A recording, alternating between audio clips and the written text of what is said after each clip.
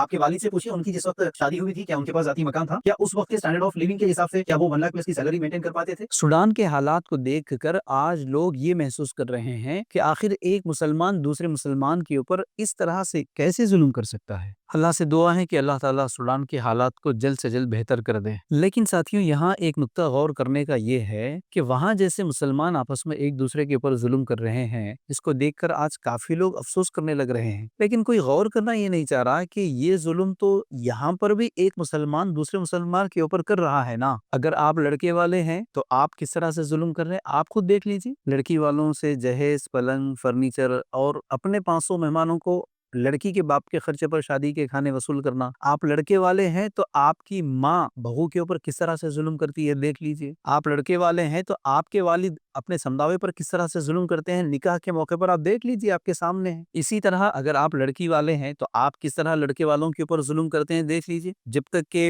1 lakh plus की salary नहीं होगी, जब तक के जाती मकान नहीं होगा, जब तक के लड़का अमेरिका या कनाडा के पीआर का नहीं होगा, हम बच्चे नहीं देंगे। क्या ये जुल्म नहीं है? हाँ, बिल्कुल निकम्मा जो लड़के हैं, जो करियर के मामले में बिल्कुल भी सोच नहीं रखते, मैं उनके ताल्लुक से गुफ्तगू नहीं कर रहा हूँ। लेकिन कई लड़के खुददार भी हैं, कई लड़के अपने करियर के मामले में बहुत ज्यादा मेहनती हैं, लेकिन उन लोगों के ऊपर कहीं ये जुल्म नहीं है। आपके वालिद से पूछिए, उनकी जिस वक्त शादी हुई थी, क्या उनके पास जाती मकान था? क्या उस वक्त के स्टैंडर्ड ऑफ लिविंग के हिसाब से क्या वो 1 लाख प्लस की सैलरी मेंटेन कर पाते थे? नहीं ना। तो फिर ऐसे हालात में क्या ये लड़की वालों का जुल्म नहीं है लड़कों वालों के ऊपर? अब जरा इसी को आप देख लें, तो क्या यहाँ लड़की वाले और लड़के वाले आपस में एक दूसरे के ऊपर जुल्म नहीं कर रहे? जरा इस जुल्म का आप हिसाब लगाएंगे, चाहे फाइनेंशियली या मेंटल टेंशन के हिसाब से, तो हिसाब बराबर का है। तो इसीलिए साथियों, मोमिन होने के नाते दूसरों के ऊपर तो रहम खाएंगे, दूसरों के लिए तो दुआएं जरूर करेंगे, लेकिन जरा अपने गिरेबान में भी झांकेंगे कि क्या हम किसी के ऊपर जुल्म नहीं कर रहे, चाहे शादियों के मामले में क्यों ना हो या हमारी अपनी इनफरादी जिंदगी में क्यों ना हो। मेरे इस राय से क्या आप इत्तेफाक रखते हैं या नहीं, कॉमेंट में जरूर बताइए।